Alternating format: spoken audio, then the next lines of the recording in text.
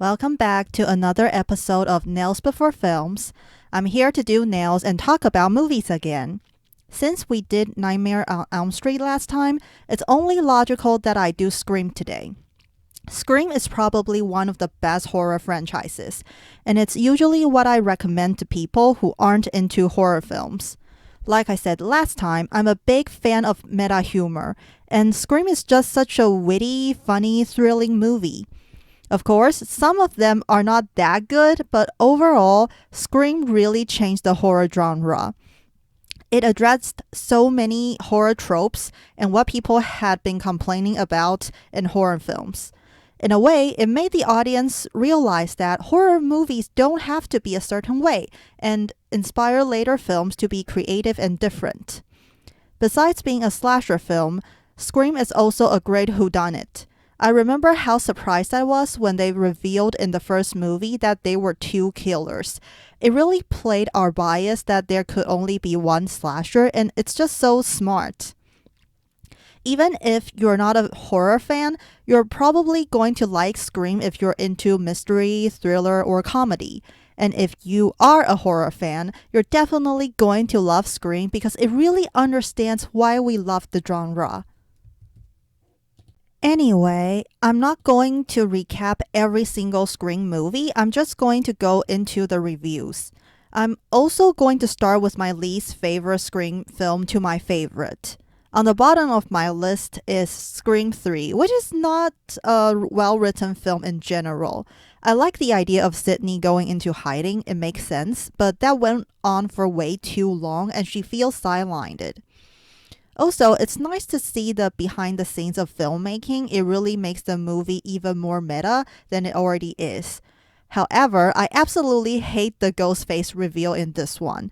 The twist that the killer is the director who's actually Sydney's half brother is very lame in my opinion. It comes out of nowhere, and I would definitely categorize it as bad twist. Also, I don't like how they made Roman the reason why the original Scream happened in the first place. I don't think it's necessary, and it's just annoying that this terrible Ghostface is taking credit for the OG.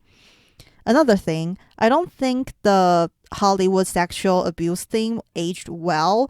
Now that we know the executive producer of this movie actually did these horrendous things in real life. I know some people think the movie is actually accusing Hollywood of being predatory, but I don't think they developed the themes enough for it to be damning. Personally, I find it hard to watch when you know that someone behind the scenes actually did these terrible things, and it just leaves a bad taste in my mouth. Next, I don't like Scream 2 that much. I think it's an okay sequel. The Ghostface reveal is definitely stronger than its successor, but it's not even close to being as thrilling as the first one. Although the killer being Billy's mom makes sense, it also feels like it came out of nowhere. How were we supposed to guess that a random reporter is actually Billy's mom? The other accomplice, Mickey, is just dumb. Also, I don't like how they killed off Randy in this movie. I'm not saying they shouldn't do it, but it's just done in such an unsatisfying way.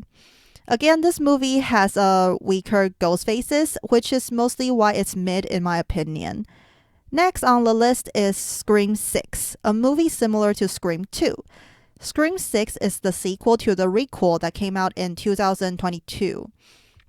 Likewise, I think the Ghostface reveal is weaker in this one. I actually guessed that either Kirby or Wayne is the bad guy, and because Kirby is a legacy character, Wayne is more likely to be the killer. And if Wayne is the killer, then Queen is definitely not dead. Although I didn't guess that Ethan was one of the killers, 2 out of 3 is pretty good if I do say so myself. I like that they tie it back to Scream 2 and that it's the family of the previous killer out to get revenge. But it's just a bit too easy to figure out this time. Also, I hate how none of the returning characters die in this movie. Like, come on, how did Chad not die? I'm just disappointed that after killing Dewey in the first film, they don't have the balls to kill any of the surviving characters from last time. Look, I like the core four, and I'm not saying that they shouldn't survive, but at least do it in a more believable way. I also hate that stab wounds means nothing in this movie. Characters can move as usual after taking stabs to the gut, which is just ridiculous.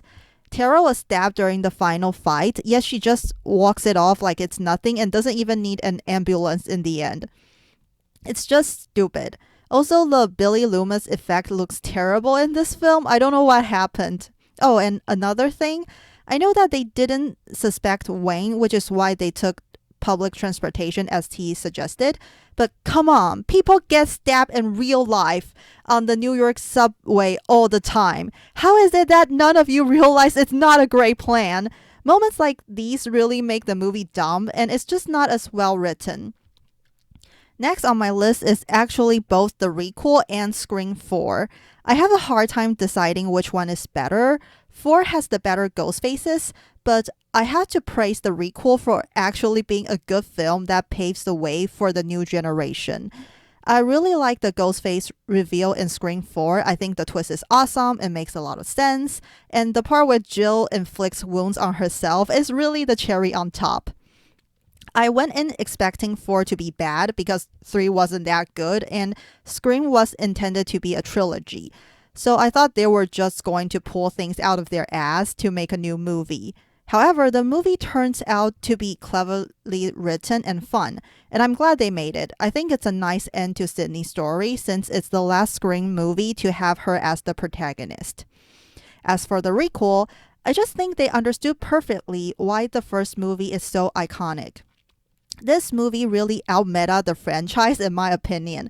When Richie and Amber were explaining they were killing people so they'd make a better stab movie, I was like, wait, but you just described the movie we're currently watching and it's a good movie, so are you the bad guys? It was so trippy, it blew my mind. I like how the filmmakers understood the perspective of both sides. On one hand, they show that in the hands of those who understand the original, a requel can respect the legacy while introducing new protagonists and make way for the future. It doesn't have to be demeaning like some franchises. Cough, Star Wars, cough. However, it also shows how messed up movie stands can be. At the end of the day, these are just works of fiction. Don't base your whole identity around them, and certainly don't harass or harm people because they disagree with you. These two movies are both great in their own ways and deserve to be in second place. Of course, the first place has to be the original. It practically reinvented the horror genre and just blew my mind when I first watched it. The killer revelation, the meta humor, and just the sheer amount of love for horror movies you feel from this film. It's absolutely amazing. The characters are likable, it's really difficult to guess who's the killer, and like I said, it blew my mind when I found out there were two. Also, I like how even though there are 11 ghost faces to date, it feels like one character, and that's how well the slasher is crafted in the first movie. While the killers are different in every film, it's like Ghostface has his own personality, and it's just so iconic. Thanks to Roger L. Jackson's awesome voice, of course. Overall, Scream is an amazing franchise, and I'm so happy that they found a way to make new movies with new protagonists that fans actually enjoy. I can't wait to see what they do next, and I really think Sam is a great successor to Sydney. Hope you guys like the Ghostface nail I did. This one was super easy to do. You can actually try it at home yourself. As always, like, subscribe, comment, share, do what you want, keep nailing it, and like scary movies, people.